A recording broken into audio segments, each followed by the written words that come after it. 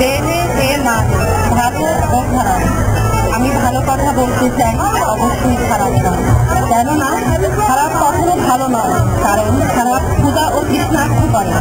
সত্যি কথা, যখন ভালোদের ক্ষুধা পায় তারা খাদ্য খোঁজে, যখন তৃষ্ণার্থ হয় পানি পান করে।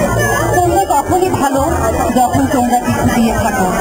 তোমরা নিজেদের জন্য যখন কিছু খোঁজো তখন অবশ্যই তোমরা খারাপ নয়, কারণ কারো প্রতি খারাপ ব্যবহার করাও খারাপ কাজ।